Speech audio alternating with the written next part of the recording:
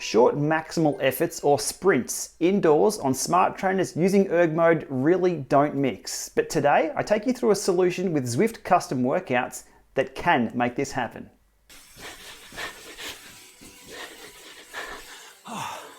Alrighty. A quick overview of erg mode for those who aren't familiar with it. Erg mode makes you hold the correct wattage over a certain duration. So for example, if you know your FTP or associated values, your workouts are then prescribed based on that value or a percentage of. So if you wanted to hold, say, 80% sweet spot for 20 minutes at a certain wattage, it will make you do that wattage. As long as you're turning the pedals, it forces you to do those watts. But what happens when your maximals are a bit different to what's being prescribed? And this is where erg mode and max efforts or short sprints really seem to fall over, regardless of what software platform you're using. There is a number of reasons why erg mode isn't suitable for short, sharp, hard efforts. First of all, the hardware we're on just might not be quick enough to respond in those short 10 to 15 second intervals to set the right range. And that right range, how do we know what that right range is for a maximal effort for all riders? And what I mean by that is that my FTP, let's say it's 300 at the moment, and my max 10-second effort might be 900 watts. Whereas the next rider might have the same threshold, say 300 watts, but their sprint is a lot higher. They might be able to hold 1300 watts for that 10 seconds. So prescribing the same workout in erg mode for those two riders is going to be a different thing. It's not really suitable. One way to solve this problem is to disable erg mode for those particular workout intervals. So pressing a shortcut key or using the on-screen commands to turn off erg mode for that certain block. But when you're doing a workout, you don't want to be hitting keys. You want it automated. You just want to be able to ride through it and get what you need done. Today's solution that I'm talking about is something that I use in the Llama lab test when I'm breaking out of the 250 watt erg into a maximal sprint straight away. I use the FlatRoad 0 hack in the custom workout file. It does require a text edit hack, which I'll show you in just a few moments. But what that does is switch the trainer from erg mode into sim mode. So the gradient shown on screen is the gradient that I'm feeling through the pedal. So FlatRoad through erg, holding those watts, it breaks out and then replicates what's on screen. So if I'm up at 10% hill, that's what I'll be sprinting against. If I'm on a flat road, 0%, it'll replicate sprinting on a 0 gradient road. If it's going downhill, say negative 10%, try not to sprint maximal efforts on negative 10%. You'll lose your pedal stroke pretty quick and won't be able to put the power down. But what this FlatRoad 0 hack allows you to do is break out into sim mode during an erg mode workout. And just like outside, you do need to select the right gear for the terrain that you're on or will be on during that section. So there's a bit of a bike-brain connection there that you don't really have indoors in erg mode. It makes you think before getting stuck into this HIIT interval. Okay, to make this happen and to implement this in your custom workouts is to start with the Zwift custom workout editor and set up the framework. So get your entire intervals all blocked out, and the free ride mode section is what you're after for these maximal effort sprints. And from there, exiting Zwift and opening the workout in a text editor, you select the free ride block and perform the following change. We change FlatRoad 1 over to FlatRoad 0, which means the FlatRoad simulation block will be disabled and it will turn into sim mode for that section. Okay, with that modification now done to that file, let's jump over to Zwift and give it a shot. Zwift retro 80s glasses. Well, before we get into the sprint test, I'm going to have to put those retro glasses on. Because why not? Oh, they look hideous. Let's go with that. Okay, so here we are in the Llama Lab, ready to test out the erg mode sprint sections and show you how they just might not be the best way to use sprints for workout mode, and also testing the free ride sprint with the FlatRoad off. So it's doing sim mode in game here. I have done a warm up. I'll press G on the keyboard there so you can see my little, my previous little ride here because I've switched worlds. So I have done a slight warm up, which is important when it comes to sprints. Okay, what we're going to do is switch over to the menus, grab that workout, Llama Llama Erg Sprint Drama, 5 minutes free ride, just in case I didn't get a warm up, into 10 seconds at 900 watts erg, short, sharp, and we'll see how that goes. 2 minutes off, probably not enough, but that's what we've got. Into 10 seconds at 1200 watts, which is going to absolutely bake me. I'm not going to get through that. But it is erg, we want to see how it operates. I'll probably hit the spiral of death. Into 2 minutes free ride, and just in this hidden away, just there, is the 10 seconds, well, it says free ride, but that's where I have the sprint in sim mode for 10 seconds. So let's kick this off, workout is selected, and away we go. Okay, as my drops accumulate, it's all good.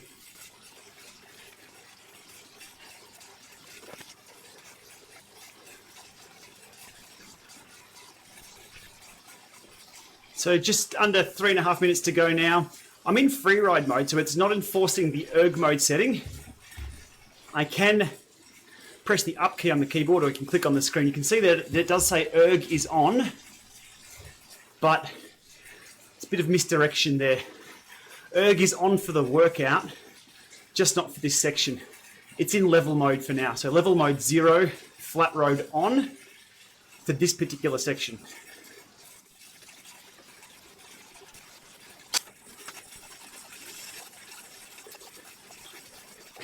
Okay, rolling into 30 seconds to go here for the 10 seconds at 900 watts enforced by erg. Even this may be a bit too optimistic, but we'll see how we go. We can see the red kite, or the banner, or the arch we're going through. Make sure I'm in the right gear. I'm in the 53, no, kind of mid-range back cassette. I'm going to get ready for this.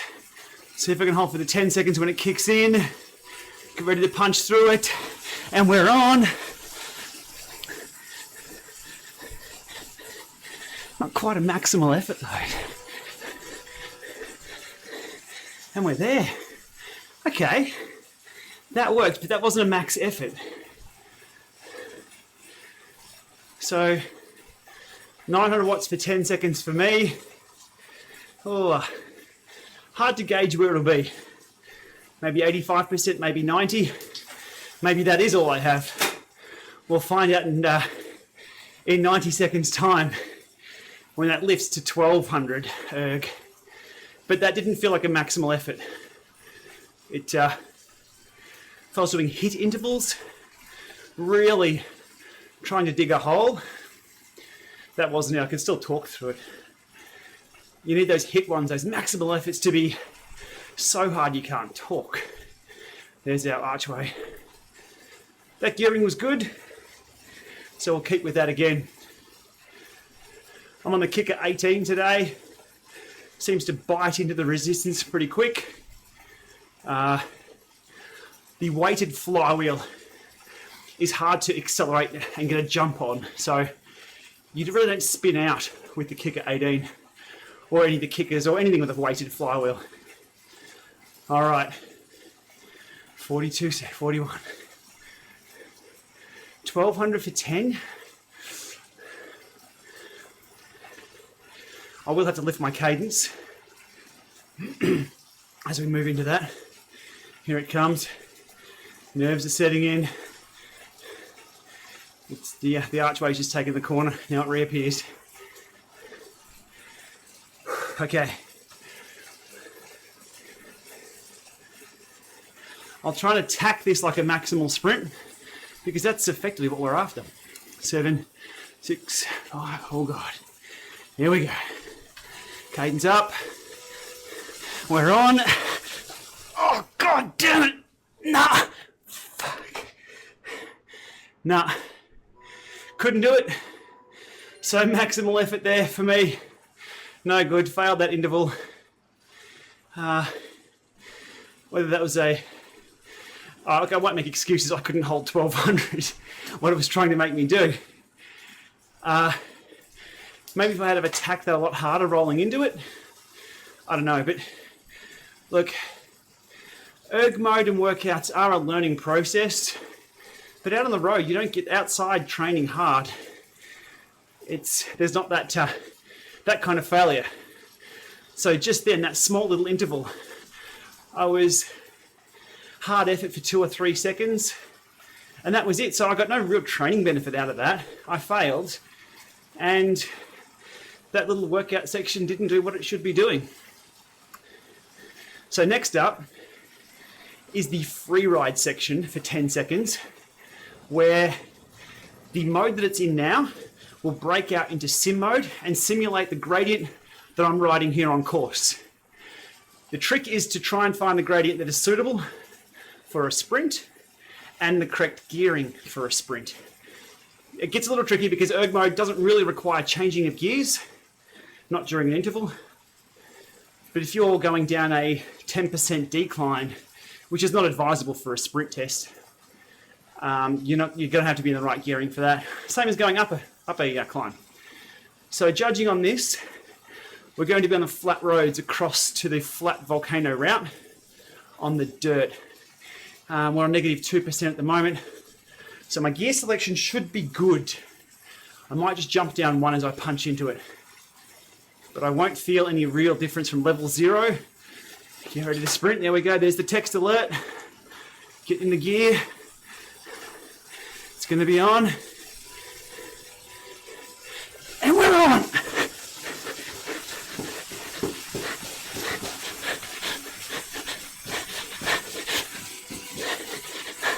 Oh, alrighty.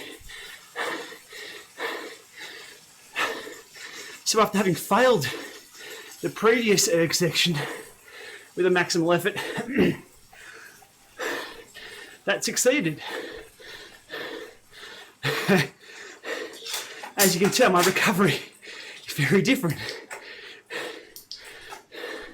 So there it is, as clear as day, why erg mode really isn't suitable for those short, sharp, hard efforts. If it's too low, it's really no good, no training benefit there. If it's too high, spiral of death.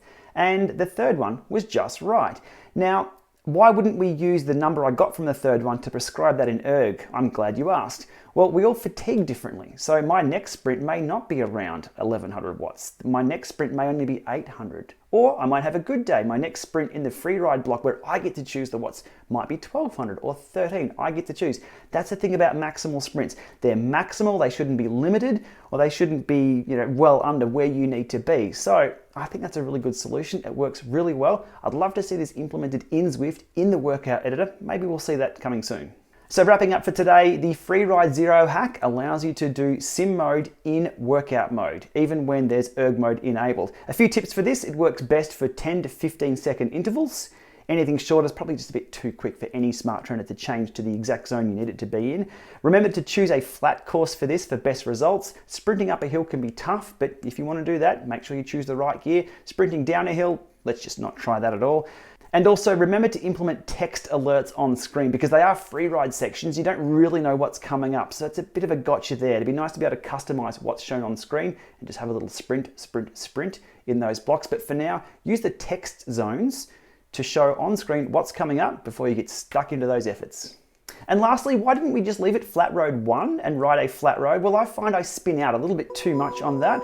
And I like the thinking game of having to choose the right terrain for that sprint. It's that mind-body connection with the bike and the environment that we have to apply outside. So if you could make inside a little bit more like outside, when it comes to a sprint in a bunch and we're up a little hill or down a little hill, we've done it before. We've evaluated the environment, chosen the right gear, and hopefully won the sprint. All right, we'll leave it there for now. Thanks for watching. Remember to hit subscribe to support this channel and what I'm up to.